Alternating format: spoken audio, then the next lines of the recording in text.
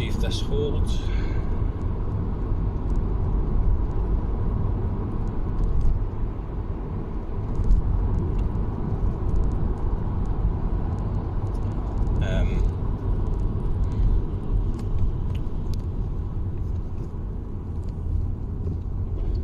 Do a little acceleration here and see if it holds up.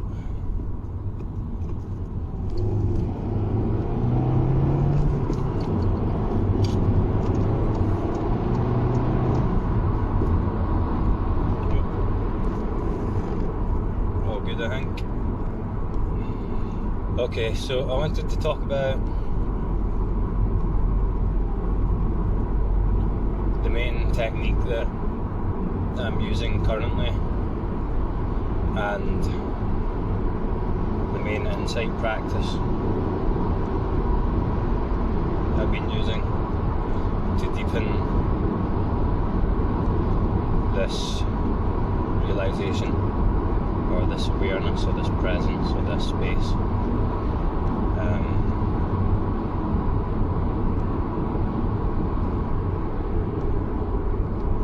So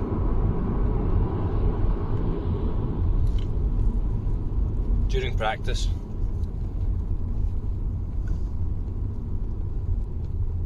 it's hard to say how this works because you are kind of asking a question. You're using the mind to inquire. You're using the mind like a tool to inquire, to ask a question.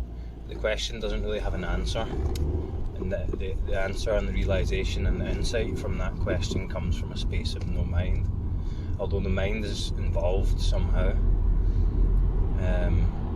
Again, here's another paradox.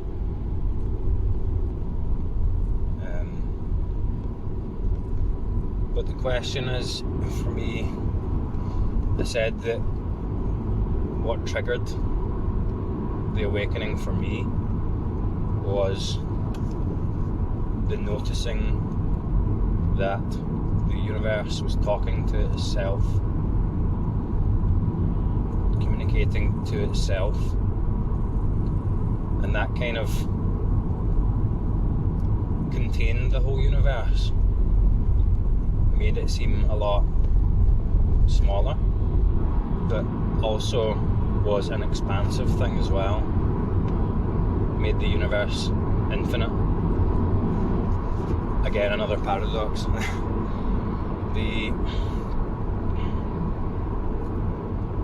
By the way, I made another video. I've not been well for a while, and I made a video about that.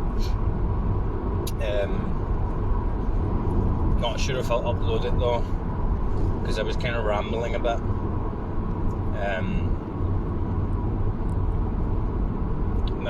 My aim for these videos is I don't want to edit or change any of them. I want them to be authentically a journey all the way through, so you can see the stages as they happen and the mistakes of the person as they happen, and it to be natural. But yeah, the insight practice I've been using recently is kind of like a question. The question is, how do you know that you're alive?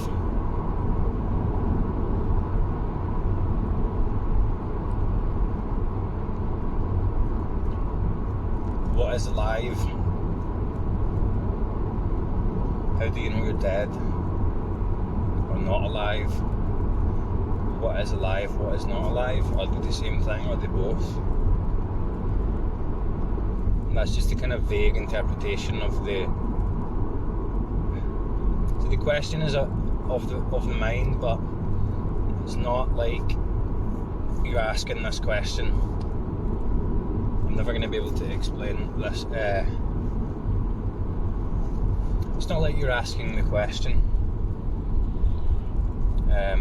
like verbally or dialogically in a mental narrative. It's more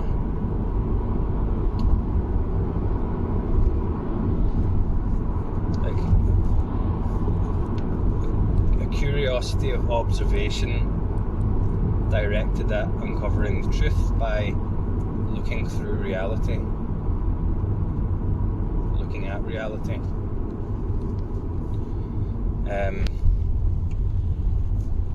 What is my true nature? Who was I, or what was I, or what am I before this life? What am I after? What am I now? Is it all the same?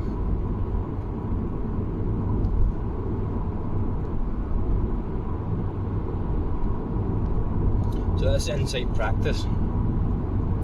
In terms of the kind of do nothing meditation style that I talked about before, which is my main practice daily, is that there's an element of, I'm trying to explain this better now that I have a bit more technical understanding of how to talk about these things. It's using the sense perceptions, allowing the sense perceptions to happen, experiencing this reality holistically without filtering it through these frames of understanding and labelling that generally we use to navigate through the world and categorise our reality into fictitious concepts. So we have a kind of frame of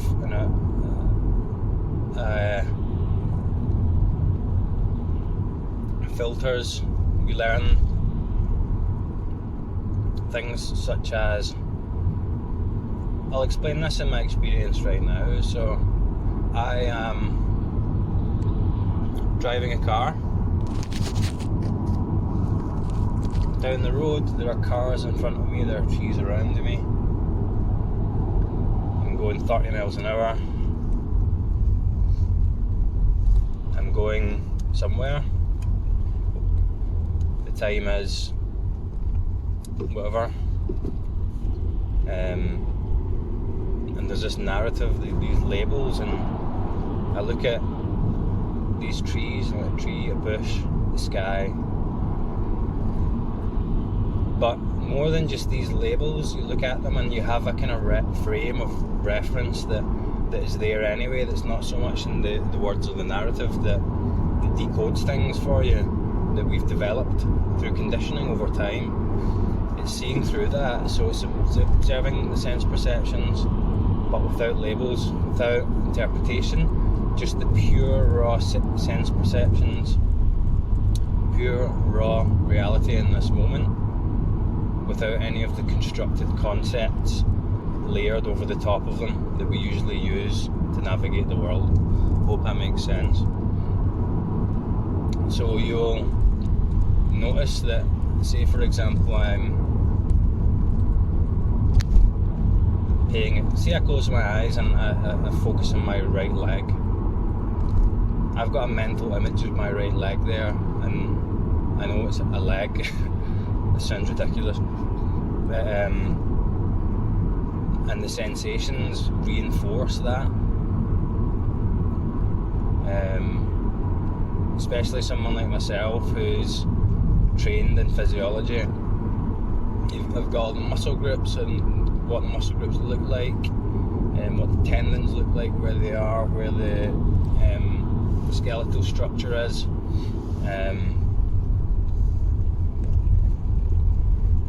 But it's dropping all that and just looking without any of these filters, and it does take a practice to do that if you're not used to doing that. And when you do that for long enough, you start to notice that the sensations are almost held together by your ideas of them until you remove the ideas, and then there's a different picture, a sensation there, but it's not really a picture, it's just a raw experience. The camera's a bit slower. So, if that makes sense. Same with sense perceptions. I look at a tree and I think tree, leaves, what type of tree is it, what colour is it, and I'll put together like assumptions of the parts of the tree that I can't see until I see them, and then it might be different, it might be correct, but all these filters, and that is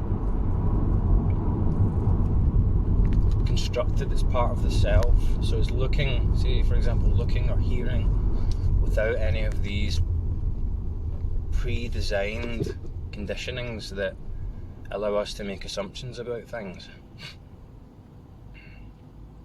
It's dissolving them. So if you practice for yourself, say you look at something, you might have a little bit of a gap there where you're perceiving it with pure awareness without any interpretation. You're disassociated from the perception of the person for an instant, and you see it for what it is, and then quite quickly all the programming starts to come in and construct this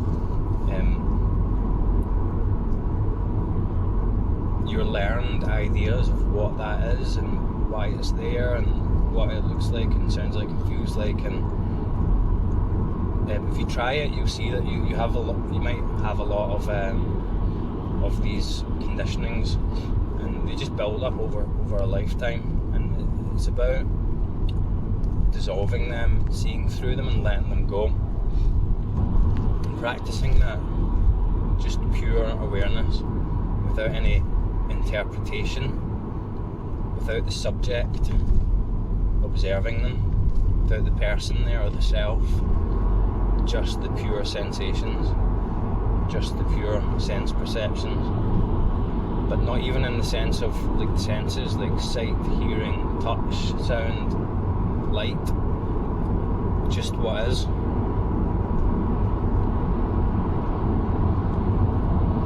And when you do that, the same thing happens. You get an expansive containment of reality and non-reality at the same time, and it just is, and there's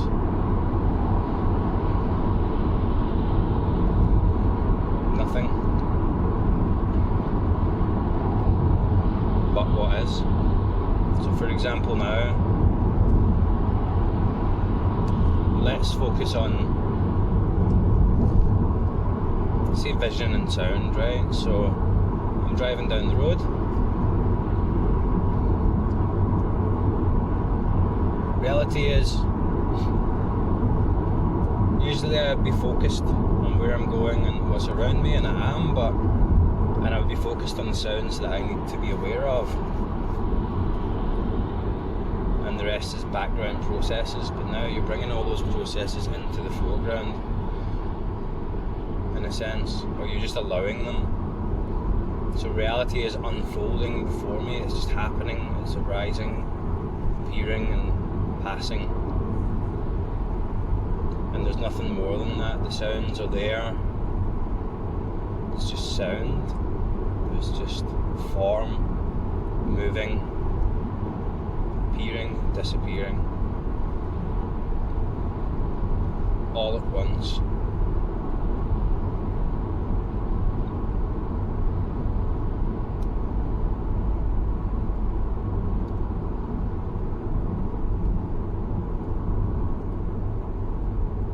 The awareness starts to move out the way. All the senses come together into one. It's not broken down into different perceptions. It's just the one manifesting and disappearing.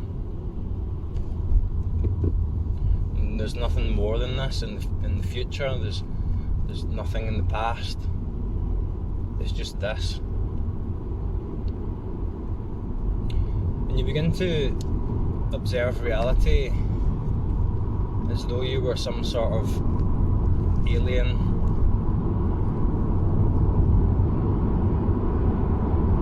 as though you were some sort of ET that's just appeared on this planet, just appeared out of nowhere, and this is all you know, all you've ever known.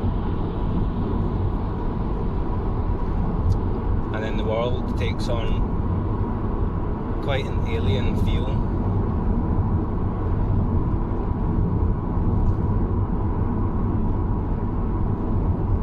And then you realise that this is all the one alien.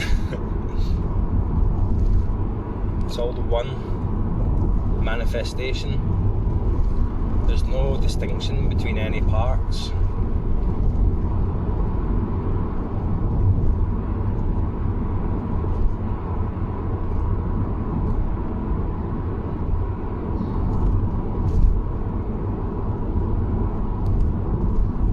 Part of this net, this self-aware net,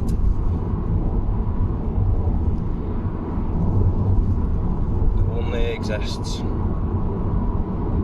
right now, just only exists like this.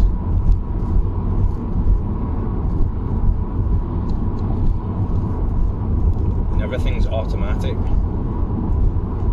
it's just happening. So yeah, there's two practices that I've found helpful in deepening the insight. And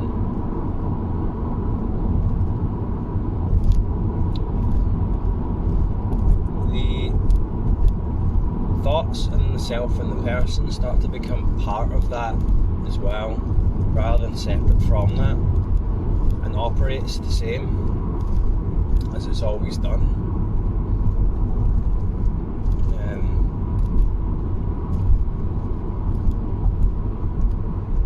So I explain it like this: before, you were this person, say here, my hand here, in your head. This is your awareness, this is yourself, your person. You relate to your body from here, and all your thoughts and your narratives and so on. And then the first stage is you come out, so then you look at it, so the self is kind of contained or observed by a witness, a presence that's watching, and you can see it work, and then you observe the observer, so you step back even further, and that expands out, the awareness expands out, and it starts changing, so it functions the way it always has. It's all the programmings are automatic now, and you see it moving, and the thoughts coming and going, and the patterns are obvious now. But then, because you're not in it, you're not reinforcing and solidifying that any further. So the thoughts come and they kind of shoot off, and then they just disappear into nothingness, and it all moves around and does its thing. And gradually over time, because it's not being perpetuated, it becomes less solid, it loses its density, it decrystallizes over time, and then starts to change and kind of come apart. And that's where the freedom comes from, that disidentification, disassociation, detachment in a sense. But this person is still here, and you still appreciate it. You appreciate it more because you can observe it for what it is. And the sense of neutral unity that you get from this, from the point of view of the person, is what is usually explained as bliss or nirvana. It's perceived by the person as a positive thing, especially in the start, where I am now. That shift in perception is perceived as a positive thing. Obviously, you've got the flip side of that. You've got the The scary spiritual experiences are there too, but it's experienced as kind of like a relief. But it is neutral, it's impartial, it's not positive or negative. Positive and negative are contained within it, part of it, but not defined by that.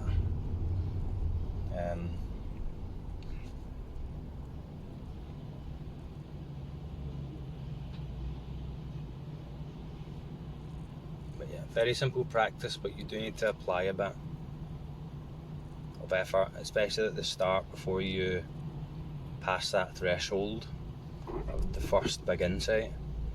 It does require a little bit of effort. That's 20 minutes already, so that'll do for now.